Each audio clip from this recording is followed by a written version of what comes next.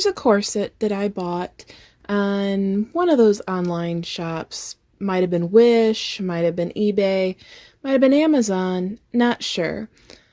But it's a little drab. Yes, it has this really cute light pattern on it, but for steampunk, I feel it needs to be more. So I'm going to add a bunch of lace. This is something I picked up on eBay. It was just a bag of loose lace appliques. I bought a whole bunch of them. There's one whole one. So I'm going to use 2 whole appliques, and then I tore up or cut up 2 others into a bunch of pieces so I can create a nice little pattern on the corset. But the first thing I need to do, as you can see, there's some flippy up parts here, and that's going to happen every time I store or travel with this, and I don't want them flipping up when I'm wearing it. So I'm just going to go through and put a little dot of E6000 on the back of each one of these and just make sure they do not move.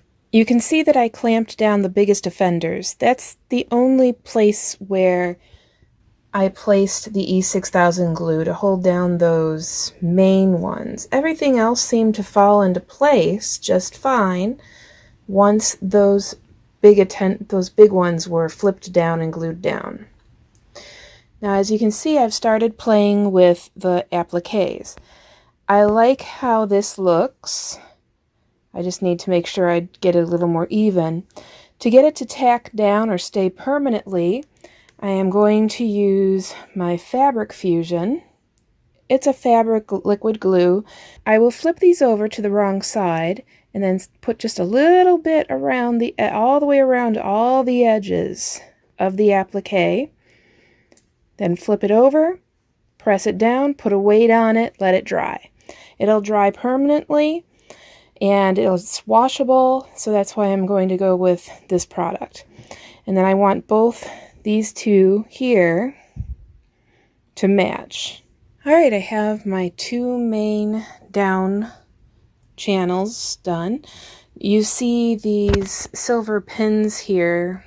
These are like giant paper clips that have measurements on them, but I'm just using them as weights to hold down some of the curly pieces of the applique. So now I need to let the Fabric Fusion dry for 4 to 6 hours. It'll be wash ready after 3 days. Once 2 hours has passed or so, then I'll come up, remove all the weights and the clamps, including those, and I'll be able to start working on the 2 side panels. I'm ready to start the side panels here. So there's the front, and I'm going to flip this, and I'm going to do these 2 side panels using these cut pieces here to create a pretty pattern for these bottom parts. Alright, here's that side panel. It's duplicated on the other side of the corset, but now you can kind of see how this half will look from the busk. Here's the busk, the main piece, and then all the bottom little decorations. Now, I just have these 2 last panels on both sides of the lacing. I just want to add a little bit more of these lace pieces that I have cut out, the extras, and just put a little bit more in here on both sides. So these are the last 4 panels that need decoration. And we'll just start placing some of these on here and seeing how I like. You can see a little bit of the side panel here. I'm going to start tapering it down towards the bottom.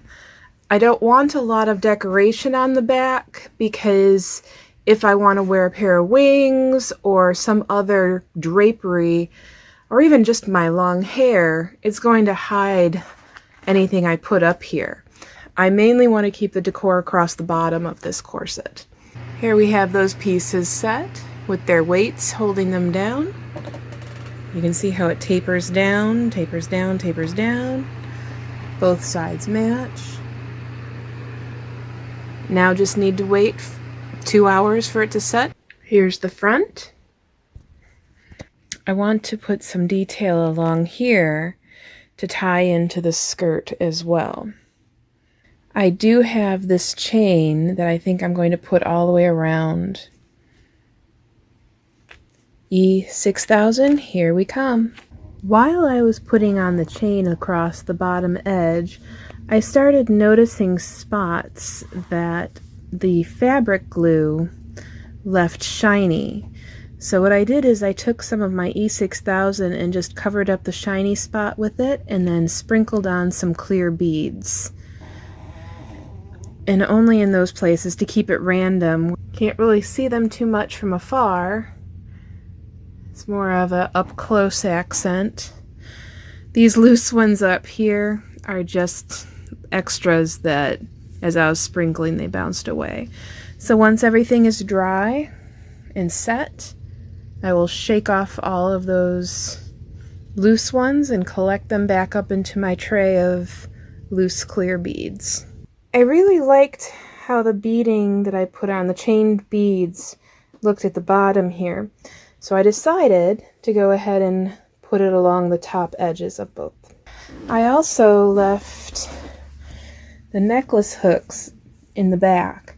So if I wanted to, I could attach either, if I get smaller, I could attach them to each other for extra security, or I could attach a small necklace or dangle back there as an accent at the back. It's coming along nicely, I think, but I think it needs a little more oomph. So let's add some chains going down, like, ta-da! If you enjoyed this video and want to see more, click the thumbs up and maybe even that subscribe button. Thanks for watching.